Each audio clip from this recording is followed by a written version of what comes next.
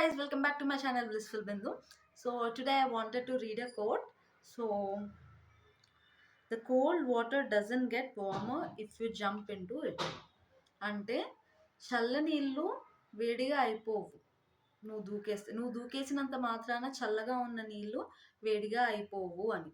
అంటే ఇప్పుడు కొన్ని పరిస్థితులు ఉంటాయి. అంటే దీన్ని ఎలా రిలేట్ చేసుకోవచ్చు లైఫ్‌లో అంటే కొన్ని పరిస్థితులు ఉంటాయి. నువ్వు వెళ్ళిపోయినంత మాత్రాన అవి అన్నీ ఆల్ సెట్ అయిపోవు. సో, తెలిసి తెలిసి అందులో దూకకు. లైక్ ఒకటి ఉంటది కదా! బురద మీద రాయేస్తే అది కాస్త మన మీదే పడుద్ది. అంటే ఇప్పుడు మనం అయ్యో! నేనెళ్లి ఇప్పుడు రాయేసేసి ఆ బురదను అక్కడి నుంచి జరిపేస్తాను. మొత్తం చెల్లాచెదురైపోద్ది కదా! అంటే అయిపోద్దేమో కానీ అది నీ మీద కూడా పడతది. అది నువ్వు కొంచెం చూసుకో. అంటే ఇప్పుడు దాని అర్థం ఏంటంటే ఇప్పుడు అది బాలేదు. ఆ సిట్యుయేషన్ బాలేదక్కడ.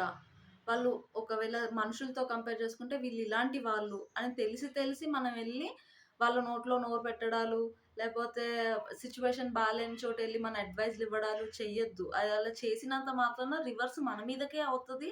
లేదా అది అలాగే ఉంటది కానీ బెటర్ అయితే అవ్వదు. So, don't do all these kinds of things అన్నమాట. సో చాలా లిమిటెడ్‌గా ఉండండి. Set boundaries for your self. Set boundaries అంటే మనం ఏది చేయాలి, ఎంతవరకు చేయాలి, ఎంతలో చేయాలి, ఎంతలో మాట్లాడాలి, ఎంతలో ఎవరితో ఉండాలి అనేది మనకి తెలిసుండాలి. లైక్ ఇప్పుడు చెప్తారు it's a very straight example. Like if you jump into a cold water it can't get warm. It won't get warm. So, మనం చల్ల నీళ్ళలో దూకేసినంత మాత్రాన అది వేడిగా అయిపోతది. నేను దూకాను కాబట్టి అది వేడిగా అయిపోతది అనుకోవడం ఎంత బుద్ధిహీనతో. మనకి సంబంధం లేని విషయాల్లో కలుగజేసుకొని అది సెట్ అయిపోతది అని అనుకోవడం కూడా అంతే బుద్ధిహీనత. అంతే బుద్ధిహీనత అది కూడా.